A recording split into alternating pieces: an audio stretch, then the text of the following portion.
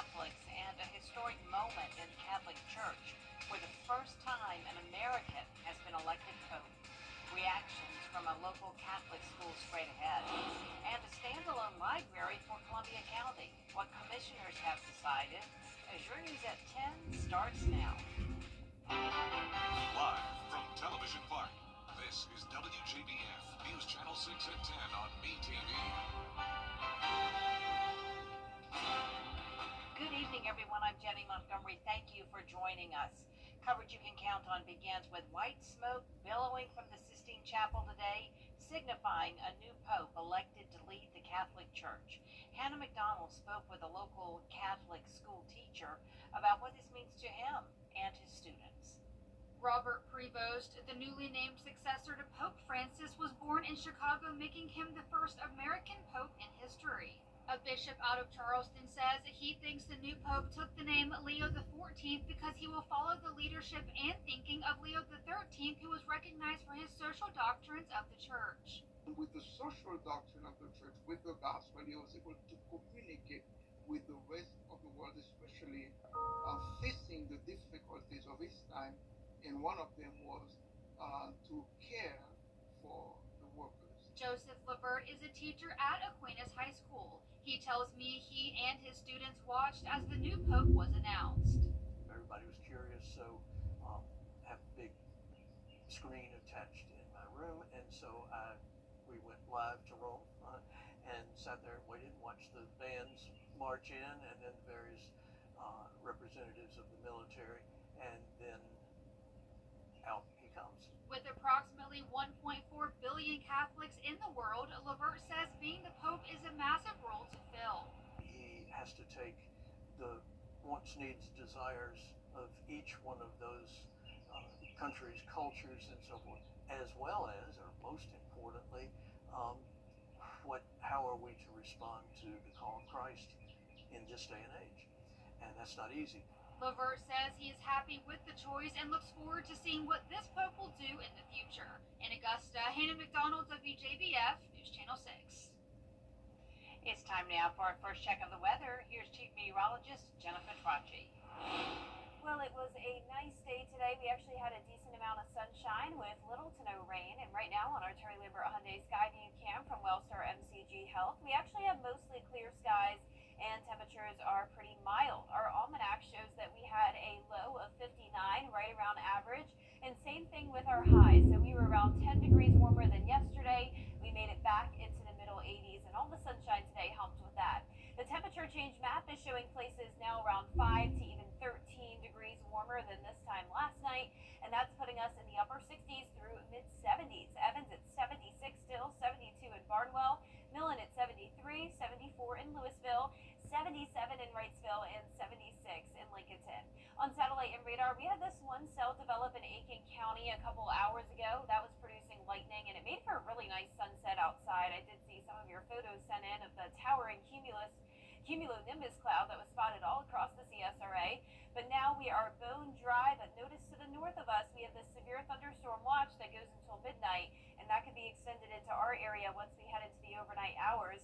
So we're in this dry area right now, but we have storms to our north, south, east, west, you name it. There's storms all around the southeast. And tomorrow morning, I'm expecting some thunderstorms until around 6 a.m. Temperatures will go down into the low to mid 60s. Looking ahead here, you can see that stormy weather ahead. Just a 30% chance of rain overall, though, for Friday. And then the rain chances increase over the weekend. And the rain is even going to continue into next week. I'll have your full 10-day forecast coming up shortly, but back to you, Jenny. All right, Jenna, we appreciate it.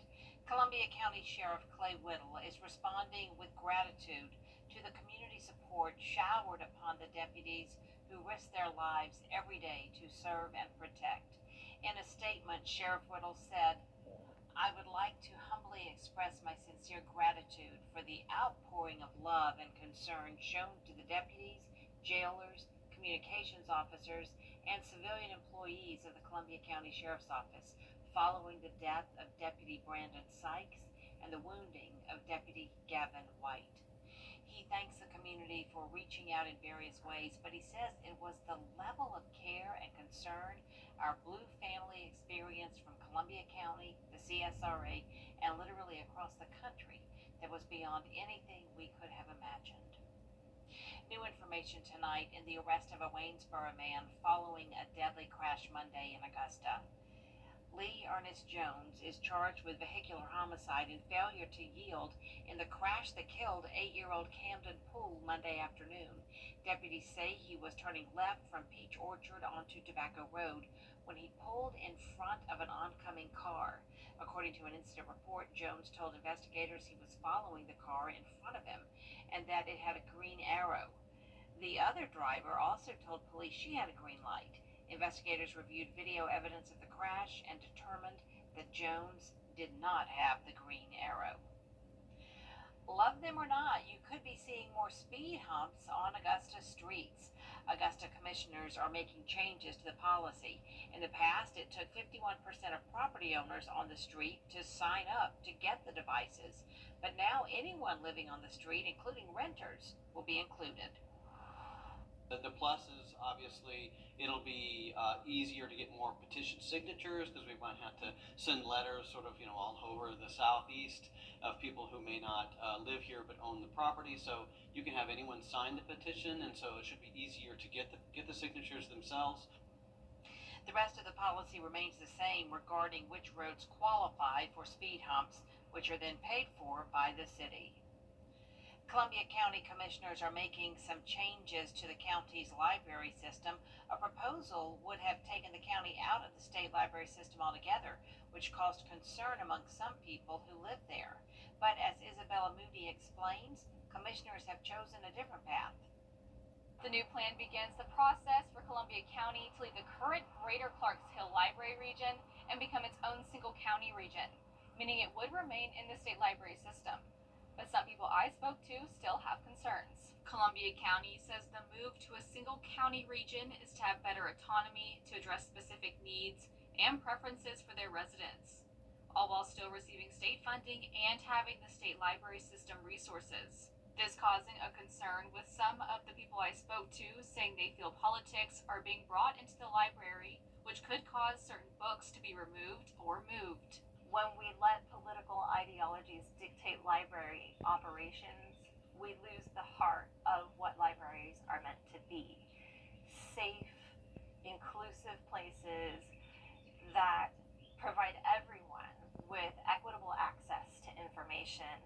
A county spokesperson says Columbia County has already received the necessary state approval, so the move will be effective on January 1st. In Columbia County, Isabella Moody, WJBF News Channel 6.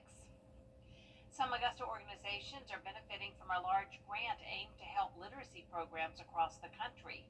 The Dollar General Literacy Foundation has donated a record-setting $13.2 million to support summer reading programs in the 48 states where Dollar General operates. More than $325,000 will go to organizations, libraries, and schools around the Peach State. 4 of them are here in Augusta, including Goodwill of Middle Georgia and the Augusta Public Library System. Prior to 3rd grade, you're not reading to learn, you're learning to read. But when you hit 3rd grade, you are reading to learn. So what we're doing is we're trying to create an environment that children understand how important it is to read, but also that reading is fun and can be done as a luxury. Oaks Ministries of Augusta is also benefiting from the funds. Tomorrow, the 7 o'clock news is preempted. Instead, we ask you to join us as WJBF honors the area's top teachers. It's the Golden Apple Gala, where the teachers we've been spotlighting all year will get their night on stage. It's tomorrow night at 7 o'clock, right here on News Channel 6. Coming up, celebrating Mother's Day, how Walmart is honoring survivors of domestic violence after the forecast. And tomorrow is the Boss Hog Cook-Off in Waynesboro, and WJBF will be live there at 4, 5, and 6 p.m. But how is the weather forecast looking for this event? I'll have the answer when we return. Since 1937, just timing. The CSRA is full of incredible teachers.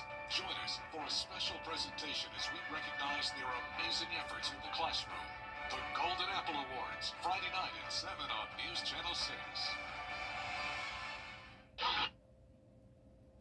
Now, your most accurate forecast with WJBF. WJBF Live, Viper 6. Welcome back. So earlier today, I caught a photo of a storm cloud, and this photo was taken in Augusta, but the storm was all the way across the river in Aiken. So this was a very tall cumulonimbus cloud, and I saw some of your viewer photos as well. All the way down in Johnston, you can see this cloud, and we've been seeing that throughout the day today. It's been mostly dry in the CSRA, but we've been able to see the storms well outside of our viewing area down towards the south of us. So here's a look at that cell. This is around Thursday, or today at 8 p.m. You can see the lightning along I-20 with that heavy rain. Luckily, this storm did not become severe, but it was a pretty strong one as it moved along across I-20. By 8:30, it started to weaken, and then by 9 o'clock, we had no more rain, and right now it is nice and dry. You can see on our Terry Lambert Hyundai Skyview cam, the game is wrapped up here at SRP Park. Luckily, they did not have any issues with the rain. We're sitting at a mild 72 degrees outside with a southeast wind of 6 miles per hour. Dew points are in the middle 60s. And you can see here on satellite and radar, we actually still have some clear conditions, but the clouds will continue to move in tonight with a possible severe thunderstorm as we go into the overnight hours. So there's that severe thunderstorm watch to our north, and we're expecting some of those storms to pop up within the next couple of hours. Our current temperatures are in the upper 60s through low 70s, and you can see for tomorrow it's going to be nice and warm like it was today. Temperatures are going to be in the mid 80s by the start of the Boss Hog Cook-Off in Waynesboro. Then it'll be very comfortable in the once the sun sets, down to 74 at 9 p.m. Now, we can't rule out a stray shower or storm here and there in the CSRA, but the chances of rain are pretty low tomorrow.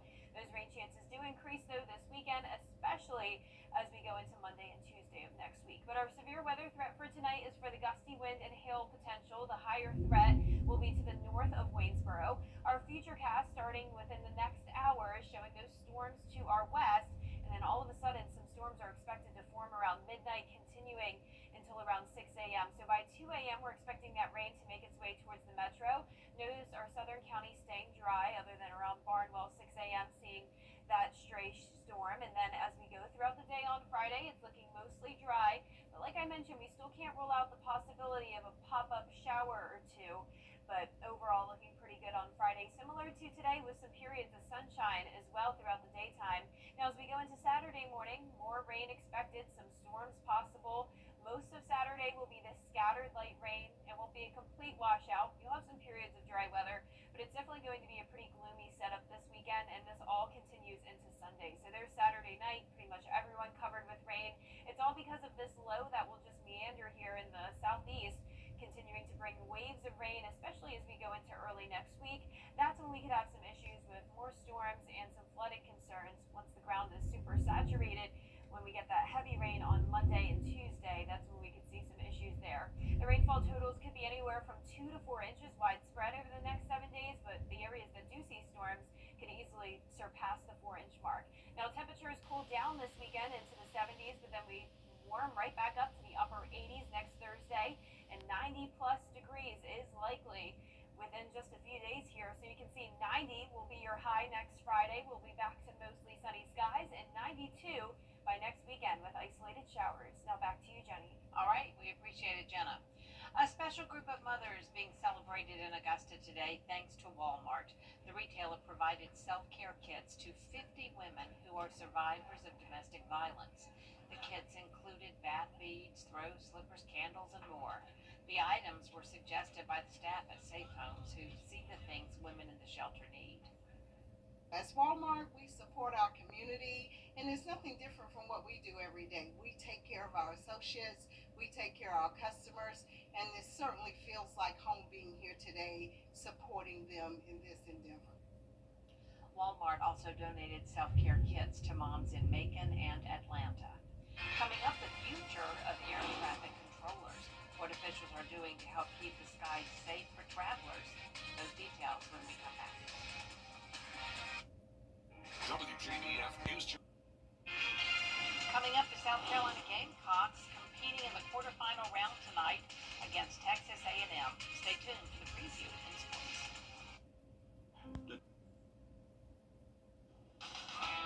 Now, WJBF sports coverage you can count on. No place you'd rather be if you're a South Carolina softball fan than in Athens, Georgia, Thursday night for the SEC softball tournament. 7th-seeded Gamecocks taking on 2-seed Texas A&M Aggies in quarterfinal action.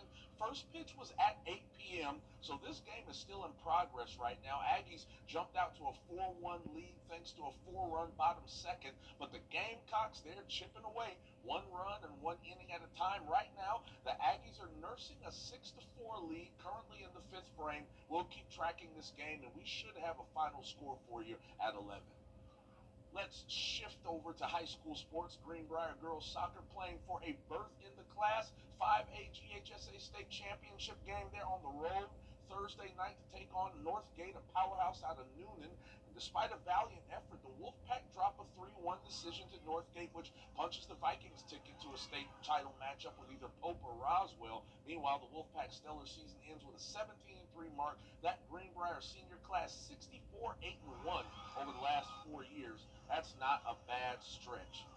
Now, there are dozens of local track and field athletes competing in the 4 different GHSA state championship meets across Georgia this weekend, starting Friday. And Laney's got a pair of runners who are poised for gold. Juniors Evan Osias and Cedric Brown II will be at East Jackson High School in Commerce, Georgia this weekend, competing for state championships in the 200, 400, 800, 16, and 3200 meters. It'll be Osias tackling those longer distances while Brown competes in the shorter. Now, both runners took home top finishes during the qualifying sectional meets, and Osias won a state championship in cross country for Laney during the fall. Now, Coach Tracy Gamble is ready to see exactly how his talented runners fare on the state's fastest track. The sky's the limit for both of them. Every now and then you meet athletes who are talented and don't work hard, and just the opposite, work hard with little talent. We're blessed to have a good mixture with these two guys. God has blessed them with some great talent, and they work hard. They don't take it for granted. Now, they've got more to say. Check out the story on how their performance is making track popular at Laney on our 6 Sports Saturday show right here at 9:30 a.m. Saturday morning.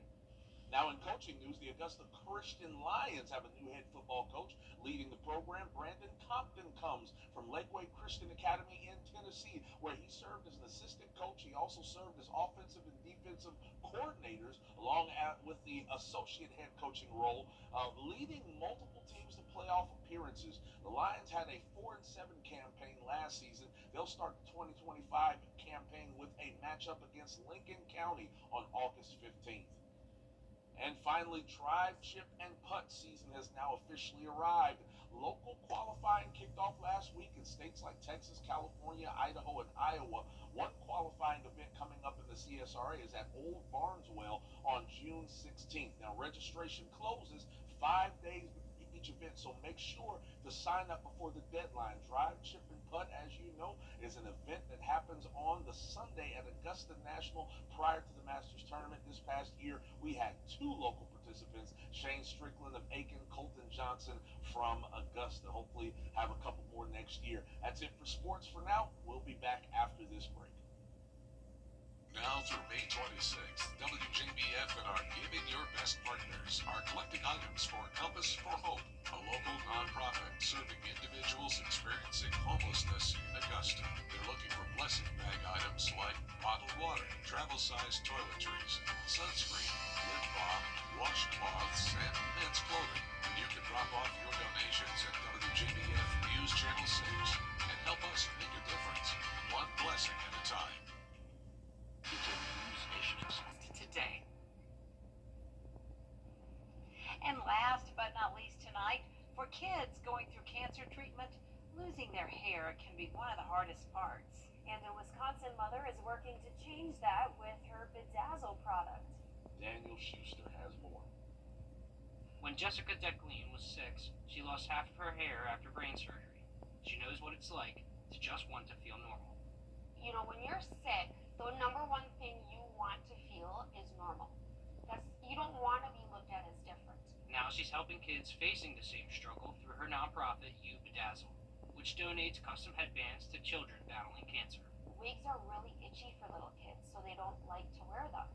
So this is like this bridge that we found for these kids that it's not itchy, they're comfortable, and they get to express themselves, which is perfect. In just 1 year, more than 700 bedazzled headbands and hats have been sent to hospitals across the Midwest, turning a moment of pain into a chance to shine. Giving a kid who loses something that's very precious, giving them one of our headbands is literally like giving Christmas in a box. That reaction is just what it is, like that Christmas morning reaction, like, oh my gosh, oh my gosh. It may just be a headband, but for those facing cancer, it's a symbol of strength, confidence, and a little sparkle.